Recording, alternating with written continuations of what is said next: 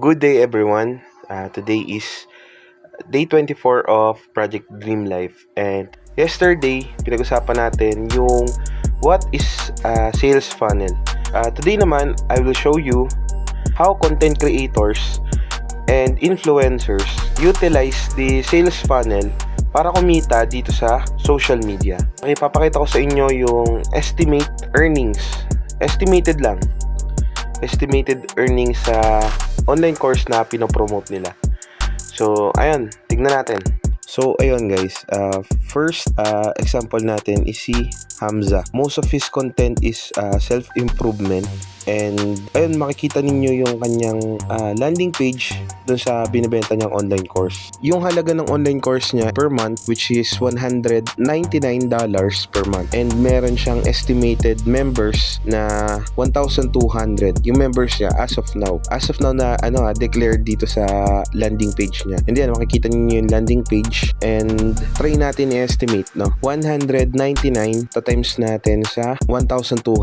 And eto yung revenue niya, which is nasa $2.8 million yan. And kung makikita ninyo, yung subscription sa kanya is per month. So, per month, nakakakuha siya ng 2 million plus, 2.8 M plus dollars to sa online course niya. And next is si Andrew Tate. Sino ba naman di makakakilala kay Andrew Tate?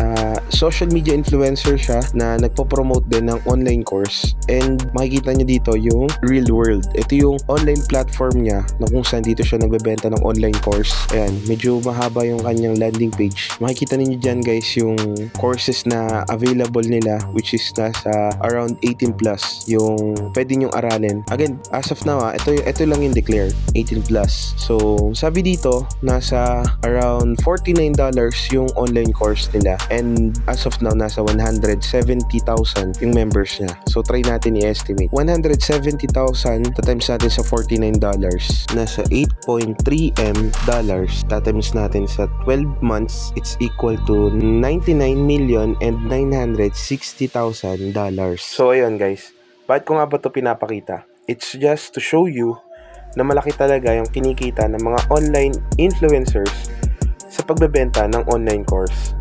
And syempre, hindi nila magagawa yon without the help of sales funnel builders. They use landing page para maka-attract ng mga clients, or they turn their viewers into customers.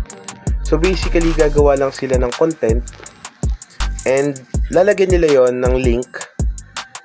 They put a link in their bio, and sa mga tao na magiging interested sa online course na binebenta nila, they just have to click the link in bio or magko-comment sila sa baba and isesend nila yung link sa mga viewers nila, and eventually yung mga viewers nila is mag-enroll sa kanilang online course.